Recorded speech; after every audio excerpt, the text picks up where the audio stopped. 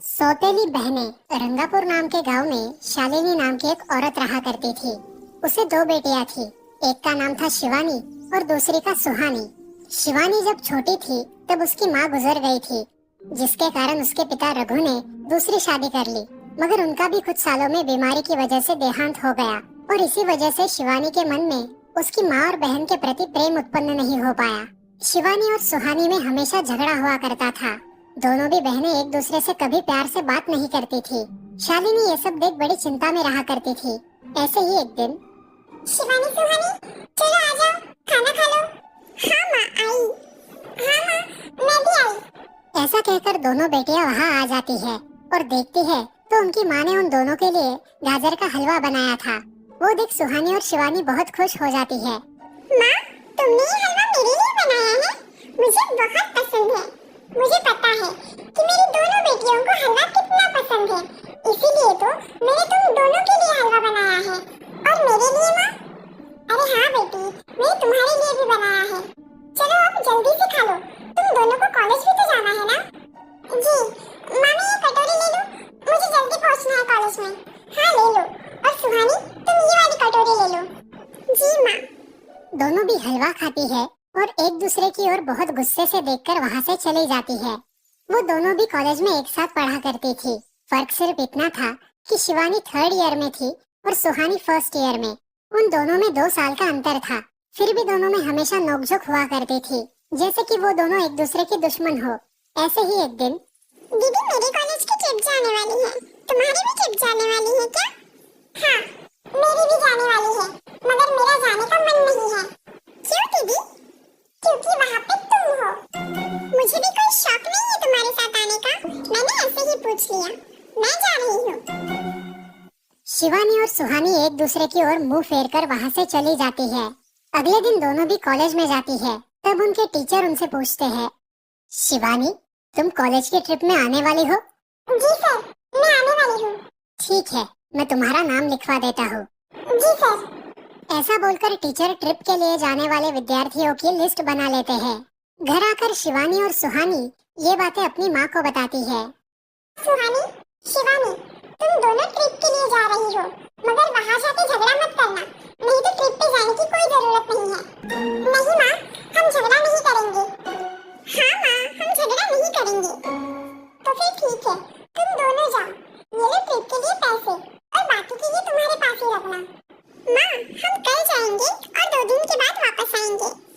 ठीक है, चलो अब सो जाते हैं, कल तुम दोनों को निकलना है। अब वो सब खाना खाकर सो जाती है।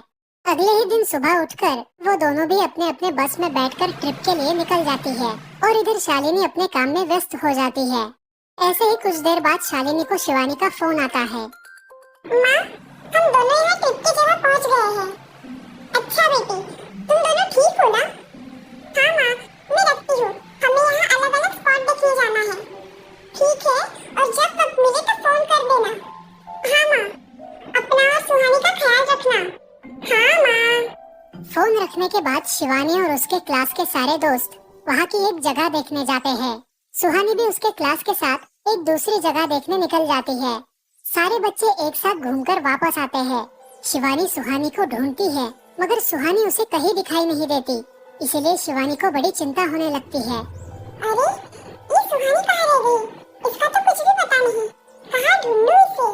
तभी शिवानी को सुहानी दिखाई देती है और उसके जान में जान आ जाती है। सुहानी, कहाँ गई थी तुम? मुझे कितनी चिंता लग गई थी तुम्हारी। अरे मैं यहाँ ही थी मेरी सहेलियों के साथ, मुझे कुछ नहीं हुआ। ऐसा बोलकर सुहानी वहाँ से चली जाती है। दूसरे दिन सब लड़के लड़कियाँ जल्दी उठकर अपनी तैयारी कर लेते हैं और पहाड़ पर जाने के लिए निकलते हैं। वो सब आज थोड़ा घूमकर शाम तक निकलने वाले थे। सब विद्यार्थी एक हिल स्टेशन देखने चले जाते हैं। शाम होने तक उस पहाड़ी का मजा उठाते हैं, लेकिन सुहानी बिना किसी को बताए उस पहाड़ी के एक अनजान हिस्से में चली जाती है। वहाँ का मनमोहक दृश्य देखते देखते गलती से उसका पैर फिसल जाता है और वो वहाँ से नीचे गिर जाती है। शाम हो जाने के कारण सभी विद्यार्थी वहाँ से निकलने लगते हैं और यहाँ सुहानी एक पेड़ के सहारे उस पहाड़ी की चोटी पर लटकी रहती है। शिवानी सभी विद्यार्थियों में अपनी बहन को ढूंढती है, लेकिन वो उसे कहीं नहीं मिलती। सुहानी को ढूंढते ढूंढते शिवानी वापस उसी पहाड़ी के पास आती है और उसे आवाज लगाती है। सुहानी, सुहानी कहाँ हो तुम? दीदी मैं यहाँ हूँ, बचाओ मुझे, मैं यहाँ हूँ। सुहानी की आवाज की ओर जाते ही उसे पता चलता है कि सुहानी पहाड़ी पर लटकी है। ये सब देखकर शिवानी बहुत घबरा जाती है। शिवानी अपनी पूरी ताकत लगाकर उसे ऊपर खींच लेती है। तुम यहाँ क्यों आई थी? अगर तुम्हें कुछ हो जाता तो मैं क्या करती? माँ को क्या जवाब देती? दीदी मेरा पैर फिसल कर मैं वहाँ गिर गई। मैंने बहुत आवाज दी मगर मेरी आवाज किसी ने नहीं सुनी। तुम ढूंढती हुई आई और मुझे बचा लिया। तुम दुनिया की बेस्ट दीदी हो। हाँ सुहानी, चलो अब घर जाने के लिए देर हो जाएगी, बस निकल जाएगी। सुहानी को ऊपर खींचते वक्त शिवानी के हाथ पर बहुत सारे जख्म हो गए थे, इसलिए सुहानी अपनी ओढ़नी फाड़कर उसके हाथ पे बांध देती है और अब वो दोनों बस के पास चले जाते हैं। क्या हुआ है शिवानी, हाथ से खून बह रहा है तुम्हारे? कुछ नहीं सर, मैं वहाँ पे गिर गई थी, अब मैं ठीक हूँ। टीचर और सारे छात्र गाड़ी में बैठकर घर जाने के लिए निकलते हैं। घर आने के बाद शिवानी सारी हकीकत अपनी माँ को बताती है और वो सब सुनकर माँ दोनों को गले लगाकर रोने लगती है। तुम दोनों एक दूसरे के साथ होते हो, इसलिए मुझे कोई टेंशन नहीं रहता, मगर मेरी बच्चियों खुद का भी ख्याल रखा करो। उस दिन के बाद दोनों सौतेली बहनों ने अपने बीच की सब नोकझोंक बंद कर दी और हंसी खुशी सगी बहनों की तरह रहने लगी। दोस्तों, इस कहानी से हमें ये सीख मिलती है कि हम सबको एक दूसरे के प्रति द्वेष की भावनाएं छोड़कर प्यार से रहना चाहिए। चंदनपुर नाम के गांव में चंपा नाम की एक औरत रहती थी। पति, 2 बच्चे और एक बेटी, ऐसा उनका पूरा परिवार था। उसका पति श्रीधर पोस्ट ऑफिस में जॉब करता था। उसके कमाई से ही घर चलता था। चंपा ने अपने घर के सामने एक छोटी सी दुकान खोल के रखी थी। उससे उसे जो भी मुनाफा होता वो अपनी बेटी की शादी के लिए जमा करके रखती। ऐसे ही बहुत दिन बीत जाते हैं। अब बच्चे भी बड़े हो जाते हैं। बड़ा बेटा अशोक डॉक्टर और छोटा बेटा रवि वकील बन जाता है और दोनों अपनी ट्रेनिंग पूरी करने लगते हैं। एक दिन उनकी बहन ज्योति के लिए एक अच्छा रिश्ता आता है और ज्योति की शादी पड़ोस के गांव के सरपंच जी के बेटे से हो जाती है। ज्योति बहुत ही कामचोर और गुस्सा करने वाली होती है। इसी कारण उसके ससुराल से उसे निकाल दिया जाता है।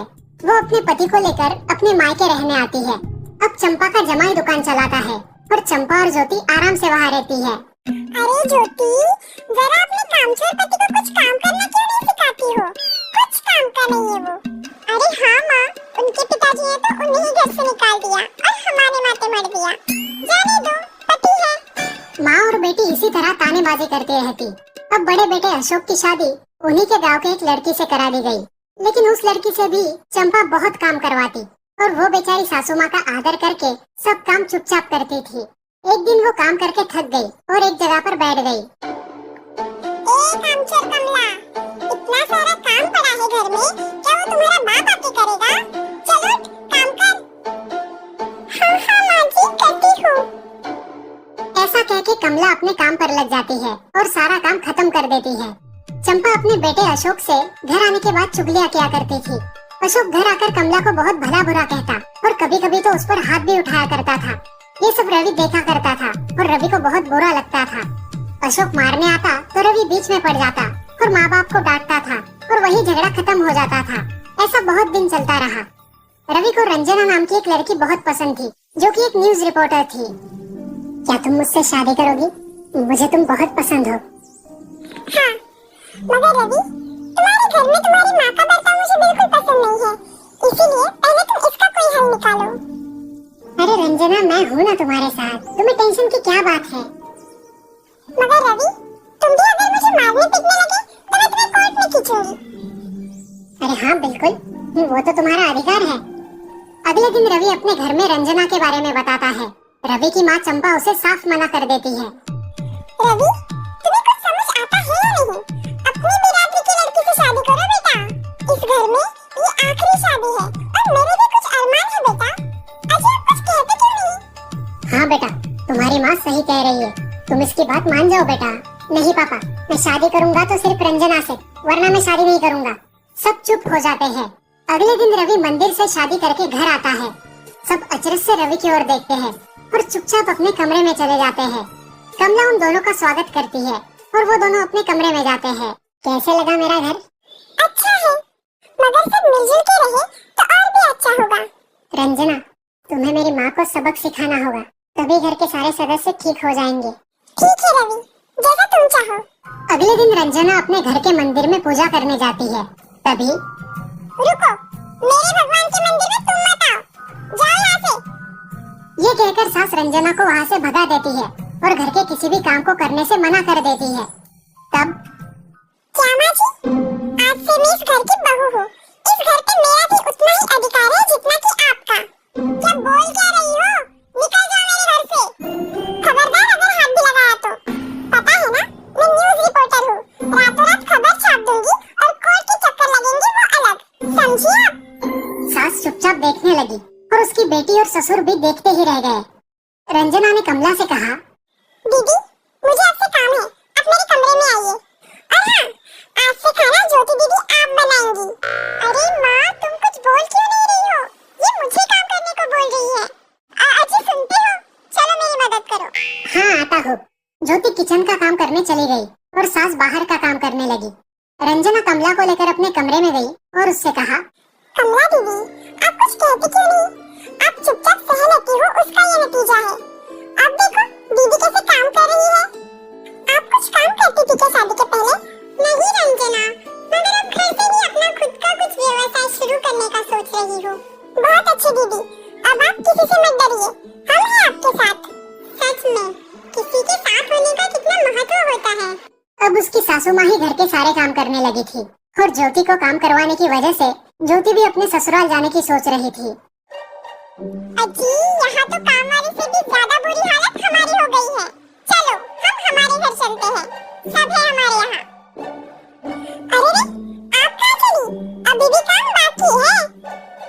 ज्योति का पति रंजना से धन्यवाद कहता है और ज्योति को लेकर अपने घर चला जाता है। अब सासू माँ एक दिन पूरा काम करके इतना थक जाती है कि उसके बदन में बहुत दर्द होने लगता है। तब दोनों बहू सास के पास चली आती है और एक बहू सास के पैर दबाती है तो दूसरी बहू सर दबाती है। सासू माँ उठकर रोने लगती है। मुझे माफ कर दो मेरी बेटियों, अब से कभी ये गलती नहीं होगी। सास को उसके किए पर पछतावा होता है और ये देखकर घर के सभी सदस्य बहुत खुश हो जाते हैं। रवि और रंजना भी बहुत खुश होते हैं। वाह बहू, जो आज तक नहीं हुआ वो तुमने करके दिखाया। बहू हो तो ऐसी।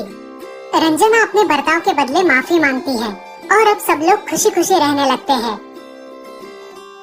तो दोस्तों, इस कहानी से हमें ये सीख मिलती है कि हम सब मिलके परिवार बनता है और हम सब परिवार का महत्वपूर्ण अंग होते हैं। परिवार के काम मिल बांट कर करना ये हमारी वैयक्तिक जिम्मेदारी